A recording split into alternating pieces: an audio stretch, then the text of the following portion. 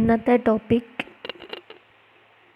മലയാളം ഗ്രാമറിലെ സമാസത്തെക്കുറിച്ച് ആണ്.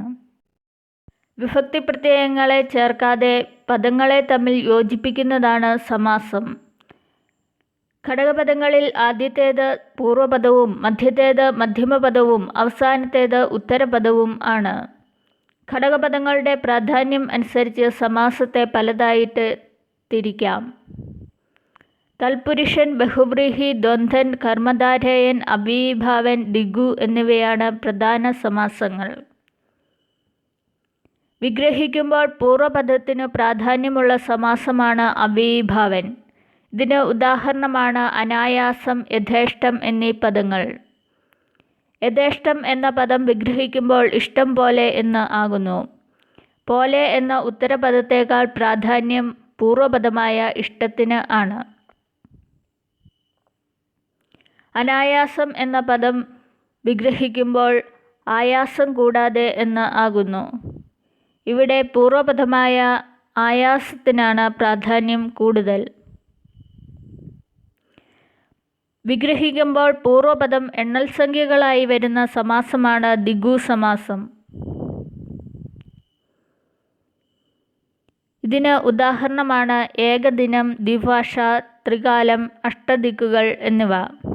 ഏകദിനം എന്ന പദം വിഗ്രഹിക്കുമ്പോൾ ഒരു ദിനം എന്ന് ആകുന്നു. അഷ്ടദിക്കുകൾ എന്ന പദം വിഗ്രഹിക്കുമ്പോൾ 8 ദിക്കുകൾ എന്ന് ആകുന്നു.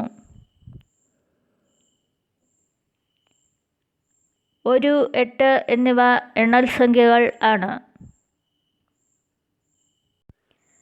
പൂർവപദത്തേക്കാൾ ഉത്തരപദത്തിന് പ്രാധാന്യമുള്ള സമാസമാണ് തൽപുരുഷൻ. ഇതിന് ഉദാഹരണമാണ് ആനവാൽ എന്ന പദം. ഇതിനെ വിഗ്രഹിക്കുമ്പോൾ ആനയുടെ വാൽ എന്ന് ആകുന്നു. പൂർവപദമായ ആനയുടെ എന്നതിനേക്കാൾ പ്രാധാന്യം ഉത്തരപദമായ വാലിന് ആണ്. പൂർവപദത്തിൻ്റെ വിഭക്തി പ്രത്യയം അനുസരിച്ച് തൽപുരുഷ സമാസത്തെ 7 ആയി തരംതിരിക്കാം. നിർദ്ദേശിക തൽപുരുഷൻ, പ്രതിഗ്രാഹിക തൽപുരുഷൻ, സംയോജിക തൽപുരുഷൻ, ഉദ്ദേശിക തൽപുരുഷൻ, പ്രയോജിക തൽപുരുഷൻ, സംബന്ധിക തൽപുരുഷൻ, ആധാരിക തൽപുരുഷൻ എന്നിവയാണ് അവ. നിർദ്ദേശിക തൽപുരുഷന് ഉദാഹരണമാണ് തിങ്കളാഴ്ച എന്ന പദം. ഇതിനെ വിഗ്രഹിക്കുമ്പോൾ തിങ്കൾ എന്ന ആഴ്ച എന്ന് ആകുന്നു. നിർദ്ദേശികയ്ക്ക് പ്രത്യയം ഇല്ല. പ്രതിഗ്രാഹിക തൽപുരുഷന് ഉദാഹരണം ആണ് കോഴി വളർത്തൽ എന്ന പദം. ഇതിനെ വിഗ്രഹിക്കുമ്പോൾ കോഴിയെ വളർത്തൽ എന്ന് ആകുന്നു. പ്രതിഗ്രാഹികയുടെ പ്രത്യയം ആണ് എ. സംയോജിക തൽപുരുഷന് ഉദാഹരണം ആണ് ഭാഷാസ്നേഹം എന്ന പദം. ഇതിനെ വിഗ്രഹിക്കുമ്പോൾ ഭാഷയോട് സ്നേഹം എന്ന് ആകുന്നു. സംയോജികയുടെ പ്രത്യയം ആണ് ഒട്, ഓട് എന്നിവ. ഉദ്ദേശിക തൽപുരുഷന് ഉദാഹരണം ആണ് ദേവപൂജ എന്ന പദം. ഇതിനെ വിഗ്രഹിക്കുമ്പോൾ ദേവന് പൂജ എന്ന് ആകുന്നു. ഉദ്ദേശികയുടെ പ്രത്യയം ആണ് ഇക്ക്, ന് എന്നിവ. പ്രയോജിക തൽപുരുഷന് ഉദാഹരണം ആണ് യാത്രാക്ഷീണം എന്ന പദം. ഇതിനെ വിഗ്രഹിക്കുമ്പോൾ യാത്രയാൽ ക്ഷീണം എന്ന് ആകുന്നു. പ്രയോജികയുടെ പ്രത്യയം ആണ് ആൽ എന്നത്. സംബന്ധിക തൽപുരുഷന് ഉദാഹരണം ആണ് രാമബാണം എന്ന പദം. ഇതിനെ വിഗ്രഹിക്കുമ്പോൾ രാമൻ്റെ ബാണം എന്ന് ആകുന്നു. സംബന്ധികയുടെ പ്രത്യയം ആണ് ഇൻ്റെ, ഉടെ എന്നിവ.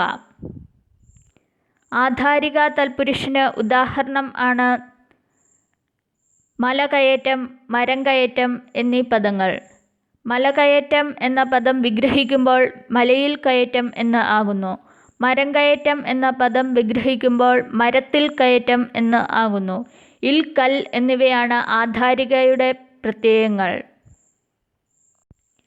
വിഗ്രഹിക്കുമ്പോൾ അലങ്കാരത്തിൻ്റെ അർത്ഥം ലഭിക്കുന്നതനുസരിച്ച് തൽപുരുഷനെ 2 ആയി തരംതിരിക്കാം. രൂപക തൽപുരുഷൻ, ഉപമിത തൽപുരുഷൻ എന്നിവയാണ് അവ. വിഗ്രഹിക്കുമ്പോൾ രൂപക അലങ്കാരത്തിൻ്റെ അർത്ഥം ലഭിക്കുന്നതാണ് രൂപക തൽപുരുഷൻ. വിരൽമൊട്ട്, വിദ്യാധനം എന്നീ പദങ്ങൾ ഇതിന് ഉദാഹരണം ആണ്. വിരൽമൊട്ട് എന്ന പദം വിഗ്രഹിക്കുമ്പോൾ വിരലാകുന്ന മൊട്ട് എന്ന് ലഭിക്കുന്നു. വിദ്യാധനം എന്ന പദം വിഗ്രഹിക്കുമ്പോൾ വിദ്യയാകുന്ന ധനം എന്ന് ലഭിക്കുന്നു. വിഗ്രഹിക്കുമ്പോൾ ആകുന്ന ചേർന്ന് വരുന്നതാണ് രൂപക തൽപുരുഷൻ. വിഗ്രഹിക്കുമ്പോൾ ഉപമിത അലങ്കാരത്തിൻ്റെ അർത്ഥം ലഭിക്കുന്നതാണ് ഉപമിത തൽപുരുഷൻ. കുടപ്പന, പൂമേനി എന്നീ പദങ്ങൾ ഇതിന് ഉദാഹരണം ആണ്. കുടപ്പന എന്ന പദം വിഗ്രഹിക്കുമ്പോൾ കുട പോലുള്ള പന എന്ന് ലഭിക്കുന്നു. പൂമേനി എന്ന പദം വിഗ്രഹിക്കുമ്പോൾ പൂ പോലുള്ള മേനി എന്ന് ലഭിക്കുന്നു. വിഗ്രഹിക്കുമ്പോൾ പോലുള്ള ചേർന്ന് വരുന്നത് ഉപമിത തൽപുരുഷൻ ആണ്. വിഗ്രഹിക്കുമ്പോൾ അർത്ഥം കൊണ്ട് ലഭിക്കുന്ന മധ്യമപദം ലോപിച്ചു പോകുന്ന സമാസമാണ് മധ്യമപദലോപി. ഇതിന് ഉദാഹരണമാണ് തീപ്പെട്ടി, തീവണ്ടി എന്നീ പദങ്ങൾ. തീപ്പെട്ടി എന്ന പദം വിഗ്രഹിക്കുമ്പോൾ തീ കത്തിക്കുവാനുള്ള പെട്ടി എന്ന് ലഭിക്കുന്നു. വിഗ്രഹിച്ചപ്പോൾ കിട്ടിയ കത്തിക്കുവാനുള്ള എന്ന മധ്യമപദം ലോപിച്ചാണ് തീപ്പെട്ടി എന്ന പദം ഉണ്ടായത്.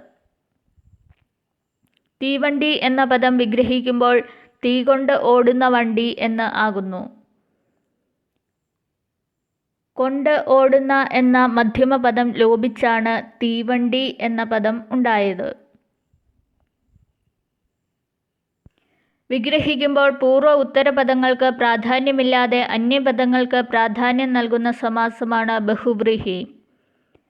ഇതിന് ഉദാഹരണമാണ് നീലകണ്ഠൻ എന്ന പദം. ഇതിനെ വിഗ്രഹിക്കുമ്പോൾ നീലയായ കണ്ഠമുള്ളവൻ ആരോ അവൻ എന്ന് ലഭിക്കുന്നു.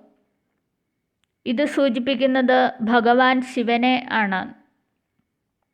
വിഗ്രഹിച്ചപ്പോൾ ലഭിച്ച പൂർവ്വ ഉത്തരപദങ്ങൾക്ക് പ്രാധാന്യം നൽകാതെ അന്യപദമായ ശിവനാണ് ഇവിടെ പ്രാധാന്യം നൽകിയിരിക്കുന്നത്.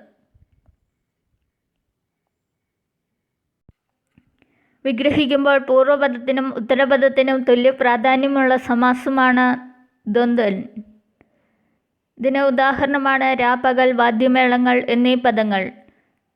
രാപകൽ എന്ന പദം വിഗ്രഹിക്കുമ്പോൾ രാവും പകലും എന്ന് ലഭിക്കുന്നു.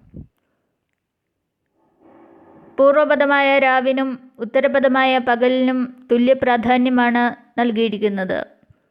വാദ്യമേളങ്ങൾ എന്ന പദം വിഗ്രഹിക്കുമ്പോൾ വാദ്യവും മേളവും എന്ന് ലഭിക്കുന്നു. വിഗ്രഹിക്കുമ്പോൾ പൂർവ്വപദം വിശേഷണമായി വരുന്ന സമാസമാണ് കർമ്മധാരയൻ. ഇതിന് ഉദാഹരണമാണ് ലളിതഗാനം, മഞ്ഞപ്പട്ട് എന്നീ പദങ്ങൾ. ലളിതഗാനം എന്ന പദം വിഗ്രഹിക്കുമ്പോൾ ലളിതമായ ഗാനം എന്ന് ലഭിക്കുന്നു. ഗാനത്തെ ലളിതമായ എന്ന് വിശേഷിപ്പിച്ചിരിക്കുന്നു. മഞ്ഞപ്പട്ട് എന്ന പദം വിഗ്രഹിക്കുമ്പോൾ മഞ്ഞയായ പട്ട് എന്ന് ലഭിക്കുന്നു. പട്ടിനെ മഞ്ഞയായ എന്ന് വിശേഷിപ്പിച്ചിരിക്കുന്നു. പൂർവോത്തര പദങ്ങളായി വിഭജിക്കുവാൻ കഴിയാത്ത സമാസമാണ് നിത്യസമാസം. നിത്യവും അവ സമാസമായിരിക്കും. ഇതിന് ഉദാഹരണമാണ് ചെമ്പരത്തി, വൻതേൻ, വഴികാട്ടി, അങ്ങനെ, തൂനിലാവ് എന്നീ പദങ്ങൾ.